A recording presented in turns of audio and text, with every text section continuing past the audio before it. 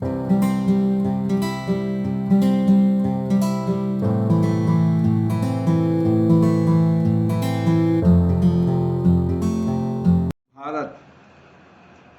चीनी एक चीनी यात्री को भारत देखने की उत्कट इच्छा हुई और वो भारत आया और बिहार के सुदूर प्रांत में महात्मा भगवान बुद्ध के भारत को देखने के लिए गया।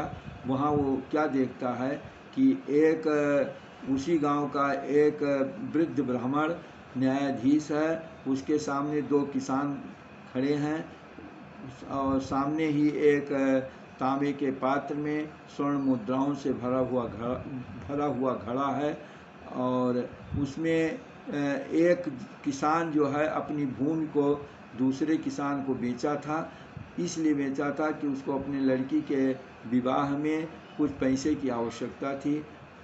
दूसरा जो क्रेता किसान है उसने उसको जुताई करते समय खेत में एक तांबे के पात्र में सोने के घड़े से सोने के मुद्राओं से भरा हुआ ये घड़ा प्राप्त हुआ और वो घड़ा जो है ले जा कर के जो विक्रेता किसान को देने लगा। उसने उस घड़े को लेने से मना किया, कहा कि भाई हम जो इतने दिन तक खेती किए हमें ये घड़ा प्राप्त नहीं हुआ, अगर ये हमारे प्रारब्ध में होता तो हमें ये प्राप्त होता और ये घड़ा खेत बेच देने के बाद प्राप्त हुआ है, इसलिए ये सोने से भरा हुआ जो घड़ा है ये आपका है, इस पर मेरा कोई अधिकार नहीं है।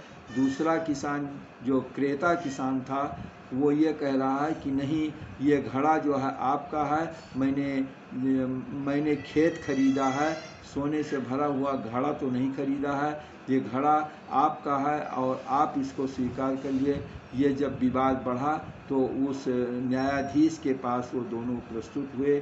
न्यायाधीश ने जो है दोनों की बातों को गहराई से सुना और जौहरी को बुला करके उस घड़े का मूल्यांकन किया। मूल्यांकन करने के बाद ये आदेश पारित किया कि इस घड़े का जो मूल्य है उसका 40% भाग दोनों किसानों को दे दिया जाए, शेष 20% भाग जो है राजकीय कोष में जमा करा दिया जाए।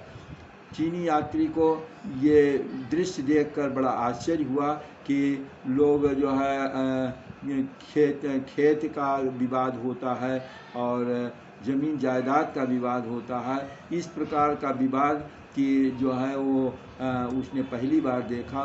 उसको बहुत ही आश्चर्य हुआ और उसने अपने मन में कहा कि जिस देश में महात्मा भगवान बुद्ध जैसा जो है भगवान बुद्ध जैसी सत्ता हो वहाँ का दृश्य ऐसे ही होना चाहिए।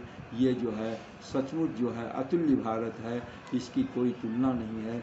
ये जो है अपने आप में अद्भुत है। जय श्री राम।